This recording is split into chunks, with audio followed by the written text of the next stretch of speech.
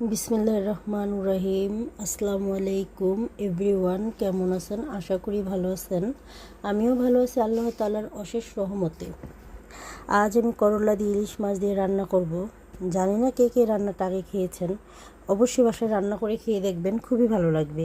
রান্না করার জন্য প্রথমে ফ্রাই প্যানে পরিমাণ মতো তেল দিয়েছি, তারপর কিছুটা পেঁয়াজ কুচি দিয়েছি। পেঁয়াজ কুচি ভাজা হয়ে আসছে, আদা রসুন বাটা, হলুদ মরিচ ধনিয়া গুঁড়া, লবণ, পরিমাণ মতো পানি দিয়ে মশলাটা ভালোভাবে কষিয়ে নিয়েছি। মশলা কষানো কমপ্লিট হলে মাছগুলো দিয়ে ভালোভাবে নেড়ে চেড়ে মাছগুলোও কষিয়ে নিব। তারপর আগে থেকে কেটে ধুয়ে রাখা করলাটা দিয়ে দিব। করলা আর মাছ একসাথে কষিয়ে সামান্য পরিমাণ পানি দিব সিদ্ধ হওয়ার জন্য। তারপর আস্তে আস্তে রান্না করব। এভাবে রান্না করে খেয়ে দেখবেন, অবশ্যই ভালো লাগবে। একদিনের জন্য হলেও খেয়ে দেখবেন। আমার কাছে অনেক ভালো লাগছে, আমার ফ্যামিলি সবার কাছেই ভালো লাগছে।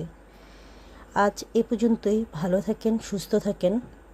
আল্লাহ হাফেজ।